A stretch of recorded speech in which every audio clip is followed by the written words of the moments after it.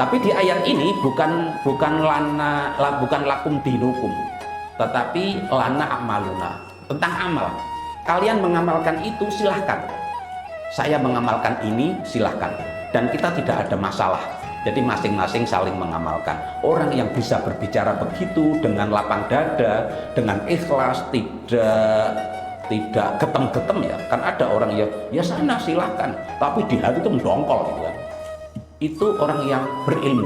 Hanya orang berilmu yang lapang dada mempersilahkan orang lain mengamalkan. Mengapa? Karena dia tahu ringnya Islam. Wa idza sami'u, apabila mereka mendengar Allahwa, kalimat yang sia-sia, kalimat yang tidak menyenangkan, a'radu, mereka berpaling anhu, dari sumber kalimat itu, dari yang sia-sia itu. Wa qalu, ketika mereka berpaling itu, mereka berkata, lana amaluna, kami melakukan atau untuk kami perbuatan-perbuatan kami.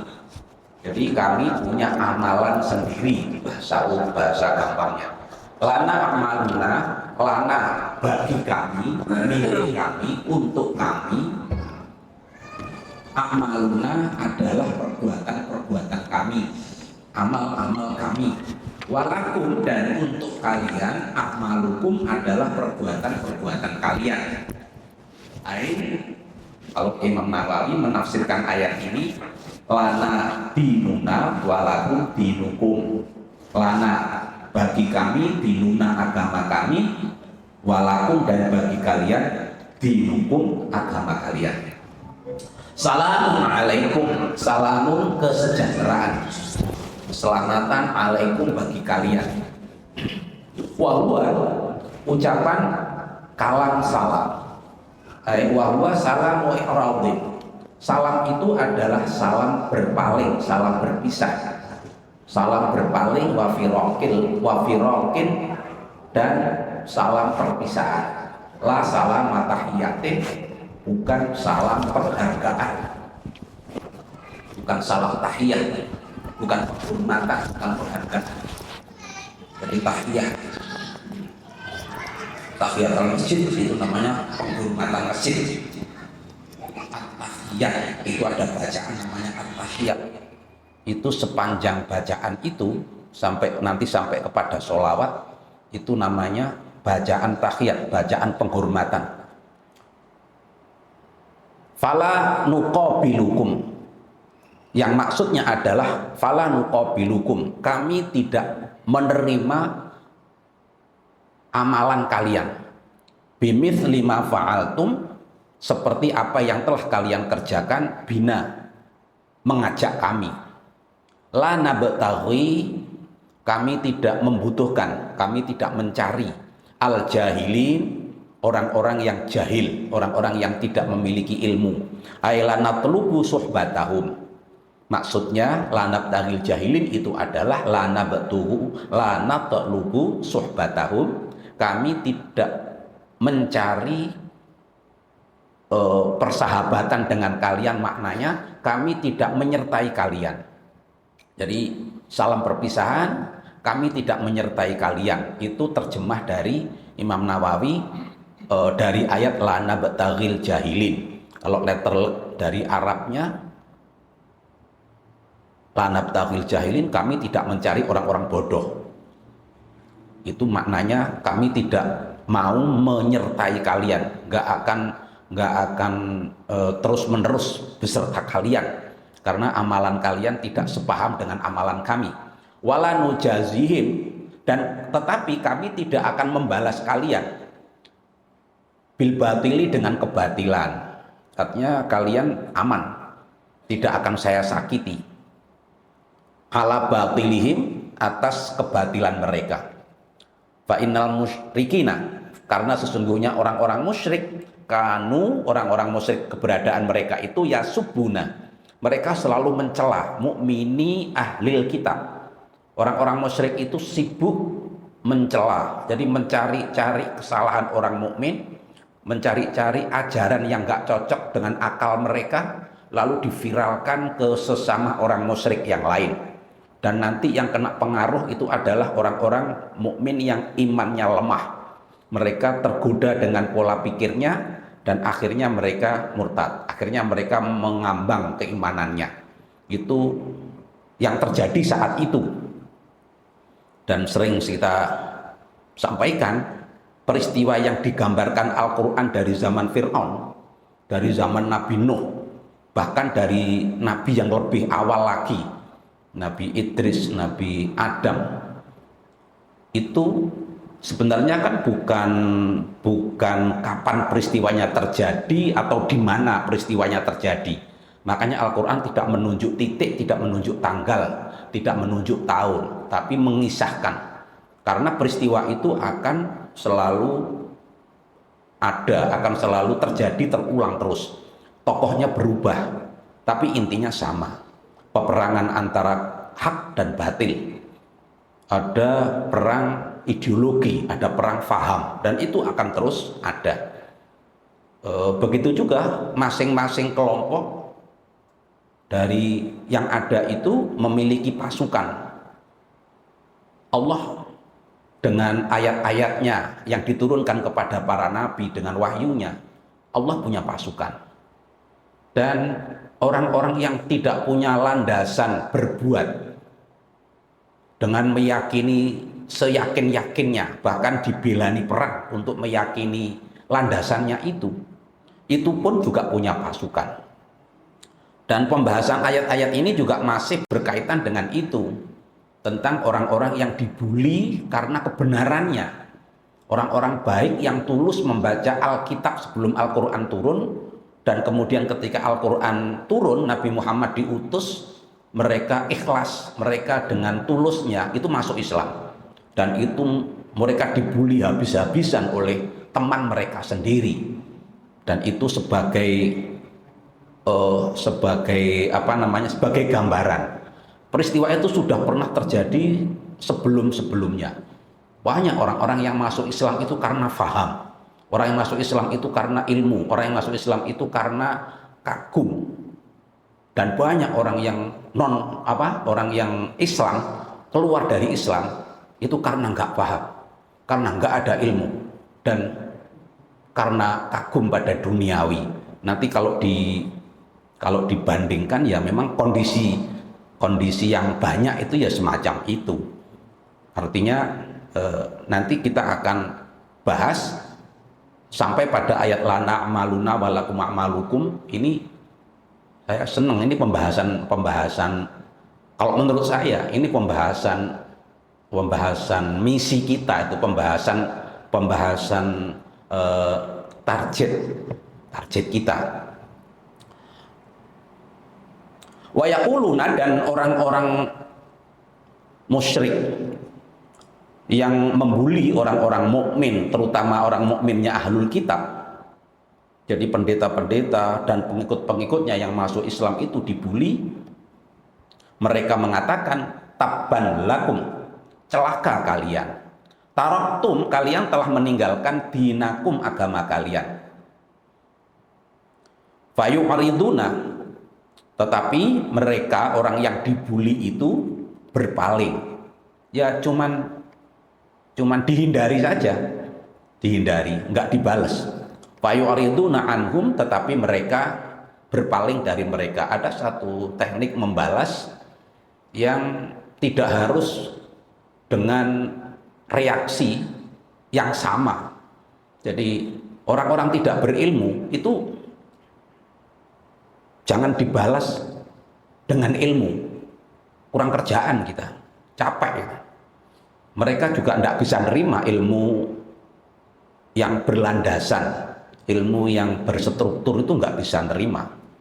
Ya mereka, ya dibalasnya kalau Imam Nawawi menafsirkan ayat ini dengan membahasakan landa batakhil jahilin, itu kan kalau teksnya itu sebenarnya vulgar sekali. Ya aku nggak butuh orang-orang goblok. Itu teksnya begitu, lanab tagil jahilin. Kata ibtighah itu artinya mencari, mengupayakan untuk dapat. Jadi saya tidak akan ngoyo untuk punya teman-teman bodoh itu. Yaitu ditafsirkan oleh Imam Nawawi, ya mereka berpaling, mereka diem, membiarkan orang itu tetap ngomong, tapi nggak ditanggapi, ya dibiarkan aja. Tapi juga nggak dijelaskan biar paham. Kenapa nggak dijelaskan aja biar paham? Nggak semudah itu. Kadang-kadang itu mereka akan paham dengan waktu. Nanti waktulah yang akan memahamkan mereka. Jadi kadang-kadang sudah tua baru paham. Kalau dijelaskan saat itu ndaki-ndaki itu, mereka kan dari awal sudah pasang kuda-kuda untuk menolak. Mereka sudah pasang alat penahan untuk dirinya sendiri. Jadi lana batagil jahilin itu lalu dimaknai fayuridu anhu, mereka berpaling dari mereka, wala yaruduna alaihim, dan mereka tidak membalas apapun. Jadi tidak membalas bulian bulian mereka. Baik, kita bahas ayat ini. Ayat 50, ayat 55. Kemarin kita membahas tentang orang-orang yang dibuli. Allah menjanjikan pahala 2 kali lipat kepada orang-orang yang untuk beriman itu menghadapi tantangan yang sangat berat. Ini yang kadang-kadang kita membenarkan diri kita, ya kita memotivasi diri kita, membanggakan diri kita dalam artian kita semangati kita bahwa walaupun mohon maaf, kita itu kan muslim di lingkungan minoritas, kanan kiri kita itu gak mendukung gitu. Kita keluar rumah pakai peci, pakai jubah, naik sepeda, tuh kanan kiri kita, depan rumah, kanan kiri yang kita lewati itu ya mungkin juga nggak mendukung gitu. Mungkin nggak mendukung. Ada yang mungkin vulgar itu ya sengaja di komen. Bahkan yang komen itu bukan orang lain ya, dia orang beragama Islam juga. Lihat temennya tiap hari keluar ke masjid, pagi ke masjid, siang ke masjid. Dia nggak pernah ke masjid dan jarang sholat, itu komen. Ya sana berangkat ke masjid biar pahalanya banyak. Bunyi biar pahalanya banyak itu dengan tidak ada keyakinan terhadap pahala. Dia nggak yakin pahala itu ada. Sehingga orang itu untuk berangkat ke masjid itu dibekali sakit hati. Kalau mau jujur itu dibekali sakit hati. Sementara ada orang di daerah mayoritas untuk keluar ke masjid berjamaah itu didukung oleh tetangga-tetangganya. Sehingga kalau nggak berangkat itu malah masalah. Kalau nggak berangkat itu yang problem. Tapi kalau kita berangkat itu problem. Sehingga saya pikir kalau ada kaidah yang mengatakan balasan atau gaji itu tergantung capeknya. Jadi untuk bisa jamaah di tempat kita itu capeknya luar biasa. Untuk bisa puasa, kalau di tempat lain puasa itu kondusif. Nggak ada orang jualan, nggak ada orang wirawiri makan, nggak ada yang ngiming-ngimingi. Tapi di tempat kita puasa sendirian. Begitu masuk ke tempat kerja, masuk dari luar rumah kita, masuk di area tertentu, ya nggak ada orang puasanya semuanya. Itu kita harus nahan hawa nafsunya lebih tinggi. Nah, kalau kita pelajari ayat yang kemarin, berdasarkan apa yang Allah kisahkan tentang orang-orang yang tulus membaca Alkitab sebelum Al-Quran, mereka mendapatkan janji dari Allah pahalanya 2 kali lipat. Mereka diberi pahala 2 kali. Satu pahala keimanannya, yang satu pahala ngadepi cobaannya.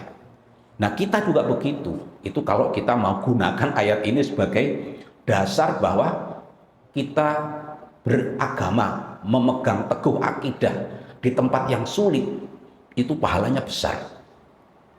Walaupun juga tidak semua orang kuat gitu. Tidak sedikit yang kita harus menutupi agamanya, menutupi syariahnya karena lingkungannya terlalu kuat dan dia tidak kuat menghadapi itu.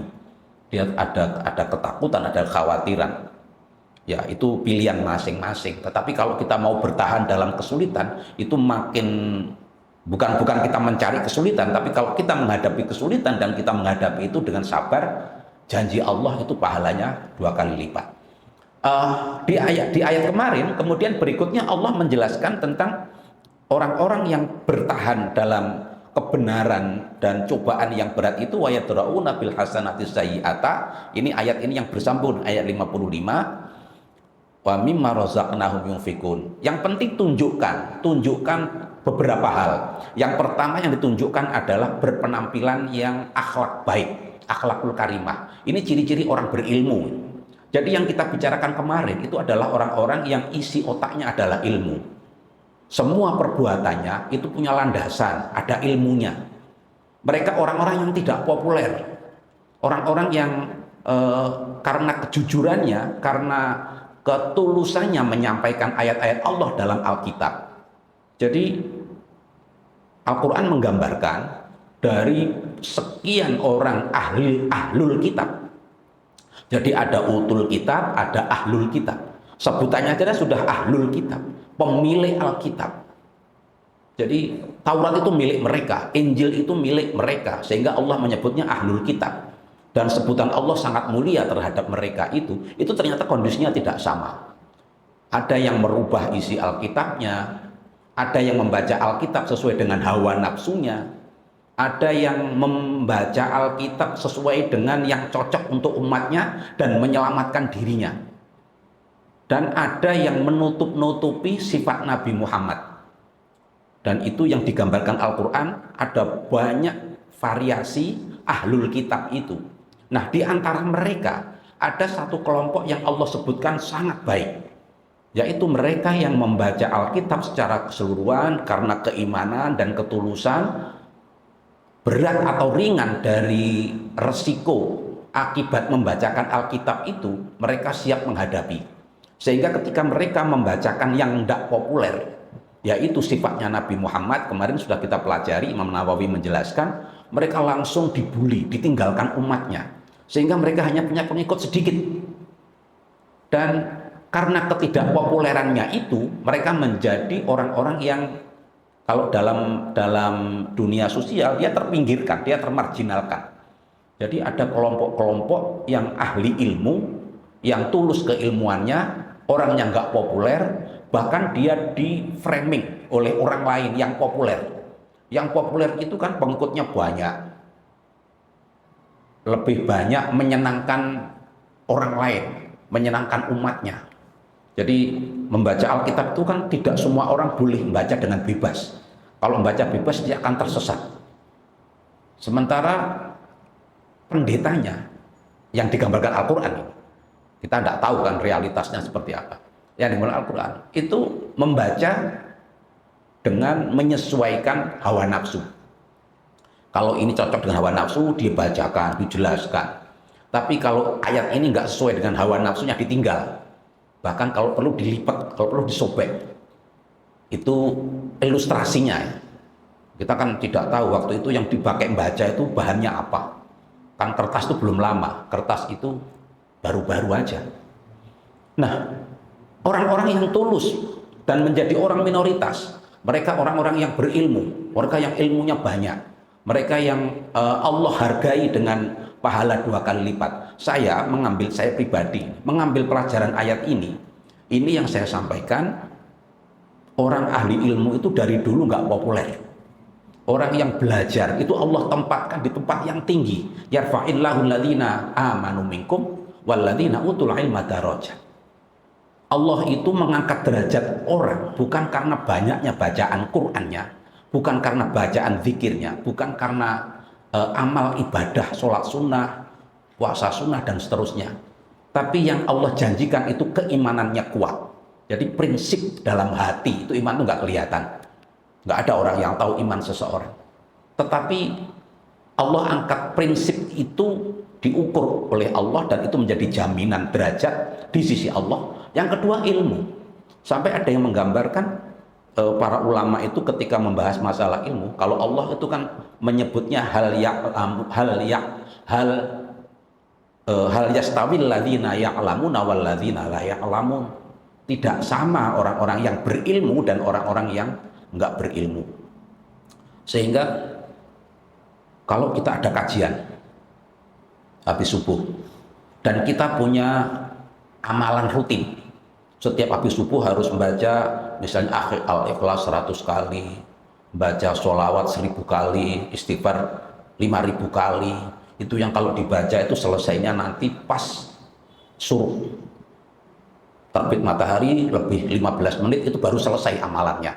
Nah kebetulan ada kajian. Apa harus kita lakukan? Kalau kita ngikuti yang prioritas adalah ilmu. Jadi satu jam, 1 menit katakan, untuk menambah ilmu itu jauh lebih baik daripada ibadah 1000 tahun. Itu ulama yang ekstrim ya. Ulama yang ekstrim untuk membandingkan antara mana lebih baik banyak berzikir dan menambah ilmu. Walaupun ini nggak populer, Islam itu punya punya ruang yang sangat luas terhadap hambanya. Ya kalau kita kondisinya memang tidak berilmu, ibadah kita semua diterima. Sholat hanya baca Fatihah tok, kayaknya diem aja. Sholat sendiri loh. Kalau makmum lebih aman malah. Makmum itu cuma Allah Akbar tok sampai salam. Itu apa kata imam udah, itu sah itu. Enak makmum, makanya jangan nggak jamaah. Itu paling enak itu nggak jamaah. Itu jamaah nggak, misalnya kita nggak baca Fatihah kita salah-salah, atau jamaah udah enak. Itu manut sama imamnya dan punya hak protes. Kalau imamnya kepanjangan, imamnya salah harokat, ya kan namanya, apalagi imam kita kan banyak imam-imam didikan baru. Imam didikan baru itu untuk melatih. Ya kadang-kadang ya salah harokat, kadang-kadang yang ngelompat ayatnya, kadang-kadang sambungannya keliru. Ya itu wajar, itu biasa. Dan itu tidak membatalkan sholat. Nah, tapi intinya adalah kita akan legowo dengan semua peristiwa itu kalau kita punya ilmu.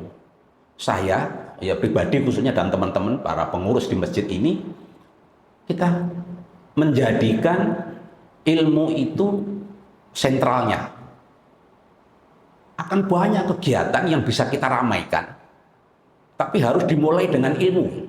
Kita bisa sholawatan, kita bisa sholat malam berjamaah, kita bisa sholat duha, kajian duha, kita bisa macam-macam. Tapi harus dimulai dengan ilmunya. Yang penting itu ilmunya. Ya kita bekerja keras, perpustakaan itu ada, walaupun nggak ada yang baca. Hari ini, perpustakaan digital disiapkan, walaupun kan kelihatan itu berapa selama sebulan berapa akses yang buka. Perpustakaan digital, nggak ada yang buka. Orang kita memang bangsa Indonesia secara umum itu menjadi bangsa yang paling lemah literasi. Ayat Iqra, bacalah, itu belum diamalkan.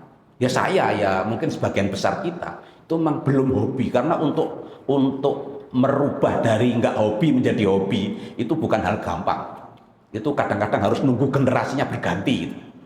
Yang ini udah mati semua, nanti ada muncul generasi baru yang suka membaca. Nah mudah-mudahan perpustakaan itu untuk generasi baru itu.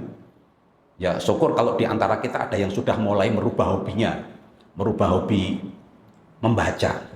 Kalau kita sudah punya kebiasaan hobi membaca, walaupun itu nggak populer, wah orang itu pada mengamalkan ini, orang itu pada mengamalkan ini, ya monggo silakan. Tapi kita yang kita unggulkan, maaf bukan kita unggulkan, yang kita prioritaskan itu bagaimana mengajak saya sendiri yang bodoh, yang kurang wawasan itu mengacu kepada ayat Iqra, mengacu kepada pentingnya ilmu, mengacu kepada anjuran Islam dan bagaimana sejarah Islam itu dibangun semuanya dengan ilmu. Ayat-ayat Al-Quran itu semuanya mengarah kepada keilmuan. Nah ini semua nanti akan membentuk satu karakter. Jadi nanti orang berilmu itu karakternya akan berbeda, membangun rumah tangga, mengatur istri anak, berekonomi, itu semuanya akan berbeda, melihat perbedaan. Nanti ada orang lebarannya harinya berbeda, Idul Adha harinya berbeda. Itu kalau nggak punya ilmu panik itu, ragu-ragu aja kerjaannya, nggak tenang. Makanya semuanya harus berdasarkan ilmu dan masing-masing nanti kalau sudah sama-sama ada ilmunya, melihat perbedaan itu dia bisa mengatakan lana akmaluna walakum akmalukum. Kalau Imam Nawawi menerjemahkan ayat lana amaluna walakum amalukum di ayat 55 itu sama dengan Al-Kafirun. Padahal konteksnya kalau di ayat ini sesuai dengan tafsir Imam Nawawi tadi, konteksnya berbeda. Ketika Allah berfirman di ayat ini, itu berkaitan dengan orang-orang Yahudi, orang-orang Nasrani yang berarti itu posisinya sudah ada di Madinah. Jadi ayat-ayat Madaniyah. Sementara Al-Kafirun itu dilihat sejarahnya, itu Nabi masih ada di Mekah. Bahkan itu ayat-ayat awal ketika Nabi dirayu untuk melakukan sinkretis, untuk melakukan penggabungan dua agama biar kita sama-sama rukun. Bagaimana kalau agama ini digabung, jadi beberapa poin yang bisa disamakan kita samakan. Nanti kalau memang terpaksa ada perbedaan sehingga ada tawaran, dan yang nawarkan itu satu tim yang dipimpin oleh ayahnya Khalid bin Walid, yaitu Walid bin Al-Mughirah. Itu dulu benci sekali dengan Rasulullah itu, tapi anaknya tokoh Islam. Nah, lalu Allah berfirman, "Qul ya ayyuhal kafirun." Lalu akhir ayatnya adalah lakum dinukum waliyadin. Kalian punya jalan untuk diamalkan sebagai agama, maka bahasanya agamamu. Tapi di ayat ini bukan lakum dinukum, tetapi lana amaluna, tentang amal. Kalian mengamalkan itu silahkan. Saya mengamalkan ini silahkan. Dan kita tidak ada masalah. Jadi masing-masing saling mengamalkan. Orang yang bisa berbicara begitu dengan lapang dada, dengan ikhlas, tidak getem-getem ya. Kan ada orang ya sana silahkan, tapi di hati itu mendongkol gitu kan. Itu orang yang berilmu. Hanya orang berilmu yang lapang dada mempersilahkan orang lain mengamalkan. Mengapa? Karena dia tahu ringnya Islam. Islam itu ada ringnya. Jadi nggak sempit harus gini. Nah, ini nanti kita mudah-mudahan bisa melanjutkan ayat ini di pertemuan kita yang akan datang. Mudah-mudahan Allah panjangkan umur kita, dan mudah-mudahan kita terus mendapatkan hidayah dari Allah melalui ngaji Al-Quran ini. Kita akhiri bersama dengan bacaan hamdalah, istighfar, dan doa kafarah majelis. Alhamdulillahirabbil alamin, astaghfirullahaladzim, subhanakallahumma wa bihamdika asyhadu an la ilaha illa anta astaghfiruka wa atubu ilaik. Wallahu a'lam bishawab. Assalamualaikum warahmatullahi wabarakatuh.